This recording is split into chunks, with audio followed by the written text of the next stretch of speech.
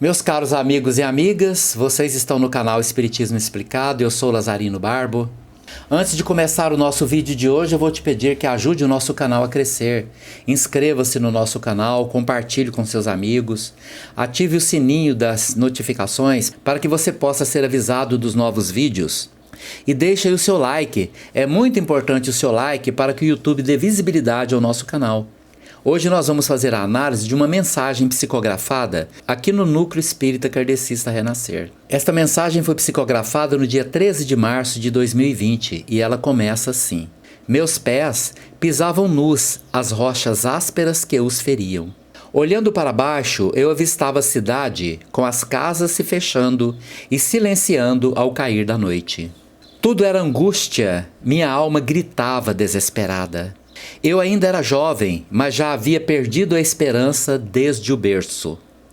Fui uma criança triste, chorosa, nunca tive paz.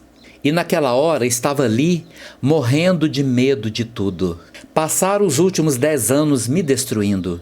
Deram-me medicamentos, submeteram-me a estranhos rituais, trataram-me como se possuída pelo diabo.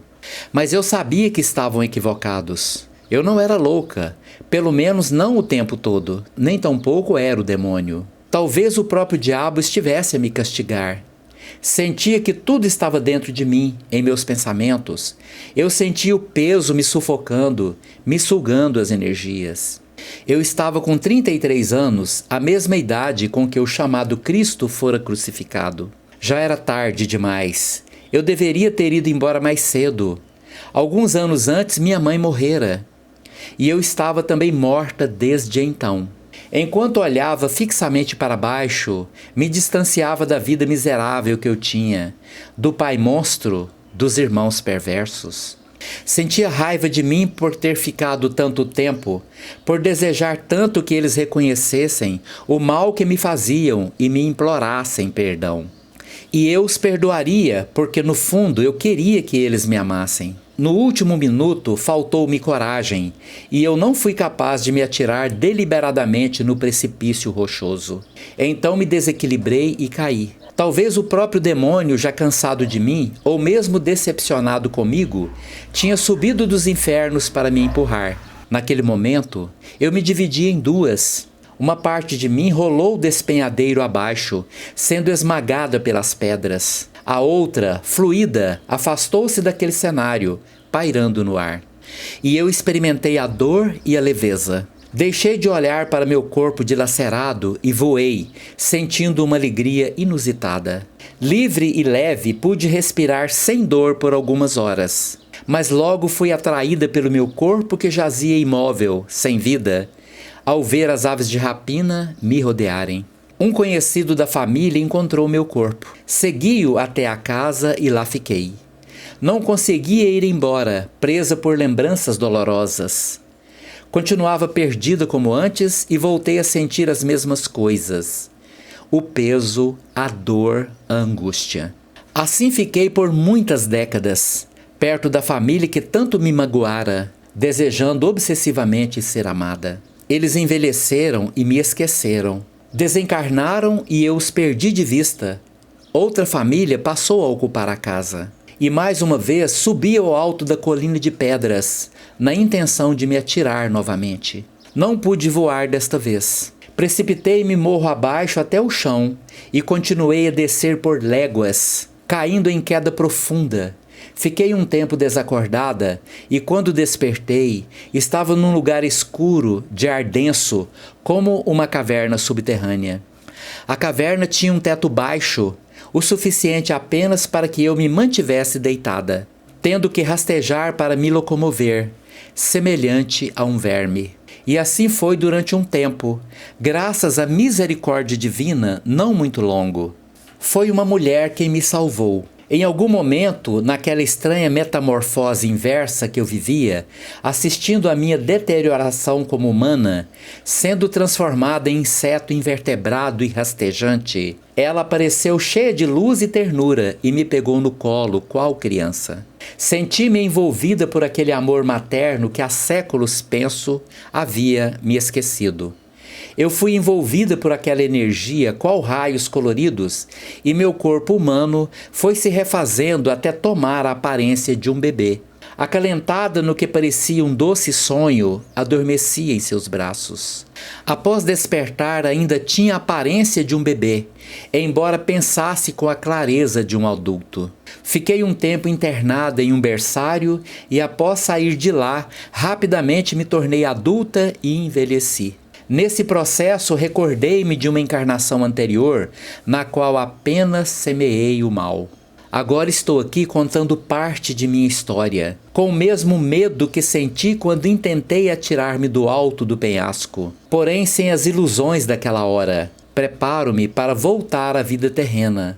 Logo irei reencarnar. Sei que não será fácil, como também sei que é uma oportunidade de encontrar a paz, de voltar à condição humana e reconquistar alguma dignidade. Anseio sair da escuridão e chegar à luz. Pelo espírito Mila, pela médium Eliane.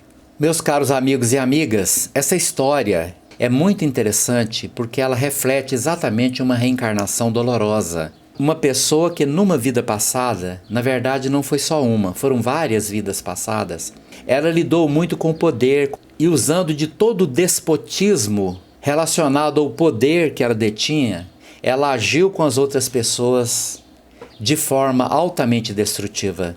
Humilhou, magoou, feriu, explorou ao limite, fazendo com que várias pessoas até mesmo morressem de fome, desprovida de tudo, como escravos dessa senhora. E ela plantou sofrimento, semeou dor, ódio, mágoa, humilhação, até que chegou o momento em que a sua capacidade de plantar se esgotou. E aí chegou o momento da colheita. E ela reencarnou numa família que não tinha nenhuma empatia com ela. Como criança problema, portadora de uma mediunidade descontrolada desde a infância, ela sempre foi vista como aquela pessoa que existia apenas para dar problema. Não era capaz de contribuir com nada. Apenas dava despesa e problema. Mas naquela família, apenas sua mãe não tinha nenhuma relação kármica com ela. A sua mãe era um espírito que escolheu, por amor, recebê-la como filha, na tentativa de ajudá-la. Os demais todos tinham uma profunda relação kármica com ela. Era como se ela tivesse reencarnado no meio de inimigos. Mas destes inimigos tinha uma única amiga, que era sua mãe. E enquanto a sua mãe viveu, tudo em volta dela foi amenizado.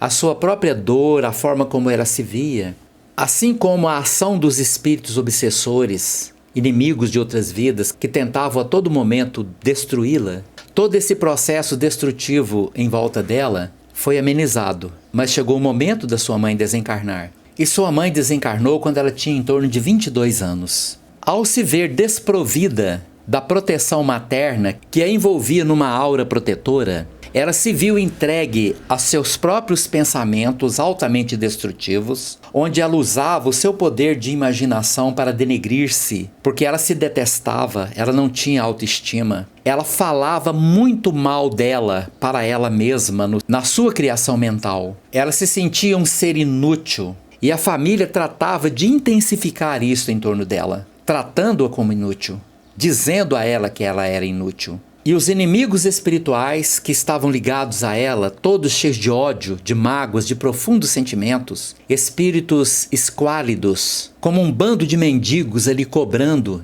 maltratando, xingando, e ela submetida, em função de uma mediunidade descontrolada, a todas essas induções mentais, piorou mentalmente ano a ano. Tentaram com ela todo tipo de terapia existente, curandeiros, medicações, nada funcionava. Por fim, em torno de 11 anos depois que a sua mãe desencarnou, ela já com 33 anos, foi vencida pela ideia do suicídio. Na cidade onde ela morava tinha uma pequena montanha pedregosa. Ela saiu de casa, subiu nesse morro, na intenção de se matar, na esperança de livrar-se do sofrimento no qual ela havia se submetido. Foi na direção de atirar-se, arrependeu-se. Tentou voltar, mas escorregou e caiu. O corpo se despedaçou nas pedras. Por um momento sentiu as dores do corpo despedaçado. O corpo morreu. Temporariamente sentiu-se liberto do corpo. Pairou no ar, sentindo leveza e até uma certa alegria. Isso durou algumas horas. Logo o corpo físico a atraiu, porque as ligações com o corpo não haviam se desfeito. E ficou ali perdido, ninguém sabia onde ela estava. Ela não falou para ninguém para onde ia. E por muitos dias ela ficou ali, em volta do corpo assistindo os vermes e as aves de rapina, se alimentando daquilo que restava de sua indumentária física. Chegou um momento que alguém andando por ali encontrou o corpo dela naquela situação.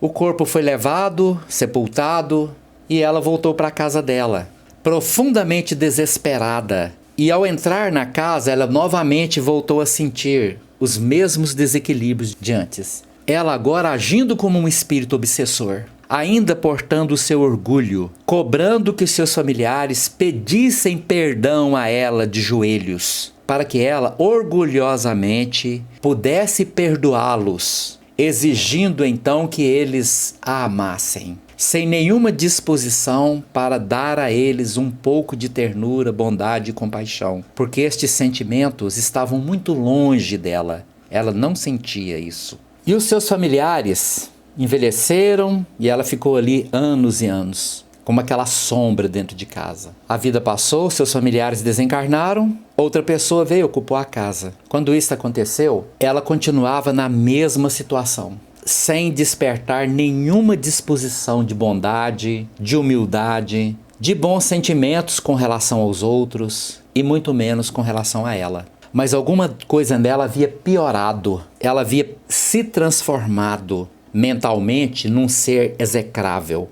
Ela se sentia um verme, a imagem do desprezo, do autodesprezo. A sua estima havia caído para os degraus mais inferiores. Ela agia e se sentia um ser execrável, incapaz de amar e de ser amado. Criou isso em sua mente. Entrou no monopensamento, foi dominada por essa força altamente destrutiva, trabalhou isso, intensificou profundamente. E o que ela fez? Pegou a mesma trilha, subiu na mesma montanha e se atirou. Desta vez as pedras não seguraram o corpo, porque não tinha um corpo. Pelo contrário, ela passou pelas pedras e foi caindo, caindo, caindo, caindo, até que uma força de atrito a reteve numa caverna subterrânea, de teto baixo, enlameada. Observa que o seu mundo mental havia transformado ela num verme. Ela se sentia um verme. Ela olhava para ela como um ser execrável. E com esta criação mental, ela moldou o mundo espiritual à sua volta para obedecer o seu comando mental, criando para ela o habitat de um verme, porque era assim que ela se imaginava,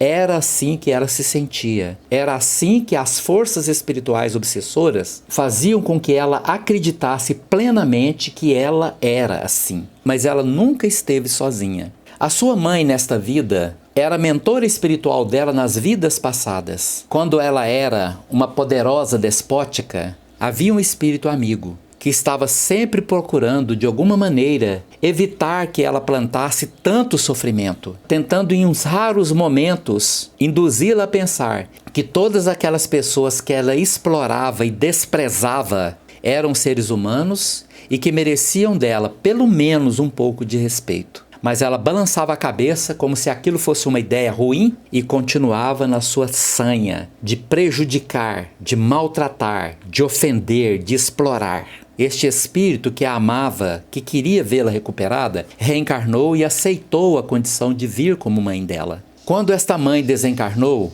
ela continuou tentando proteger a filha, mas não havia possibilidade. Era preciso esperar que a ação do tempo viesse corroer, destruir aquela força destrutiva. E isto aconteceu. No texto dela está escrita uma palavra que define o pensamento neste momento. Ela olhou para dentro dela mesma, naquele lugar fétido e enlameado em que ela habitava, e pensou numa palavra que definia um pensamento: misericórdia divina. A palavra misericórdia divina que começou a martelar no seu pensamento, induzida pela sua mãe amorosa, um espírito iluminado que se submetia a descer às regiões escuras das cavernas subterrâneas para proteger e tentar amparar alguém que ela amava, A sua filha amada, que havia se perdido pelos caminhos da vida, tentava a todo instante implementar à mente dela misericórdia por si mesma, misericórdia pela vida, misericórdia pelo mundo.